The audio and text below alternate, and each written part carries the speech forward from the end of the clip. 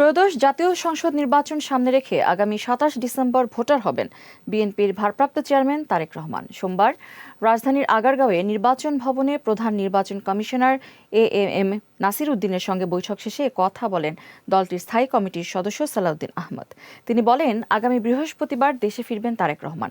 পরে শনিবার ভোটার হওয়ার জন্য সব কার্যক্রম শুরু করবেন। এর আগে সিইসির সঙ্গে বৈঠক শুরু করেন সালাউদ্দিন আহমদের নেতৃত্বাধীন বিএনপির একটি প্রতিনিধি দল। দলের পক্ষ থেকে লিখিত একটা পত্র আমরা নিয়ে এসেছি, সেটা আমরা ওনার হাতে দিয়েছি।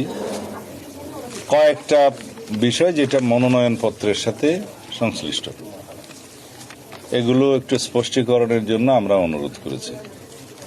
এক নম্বর হচ্ছে মনোনয়ন প্রার্থীদের কিছু ইনফরমেশন দিতে বলা হয়েছে। মামলা সংক্রান্ত ফৌজদারি মামলায় জামিনে মুক্তদের ক্ষেত্রে অর্ডার শিটের সার্টিফাইড কপি চেয়েছেন।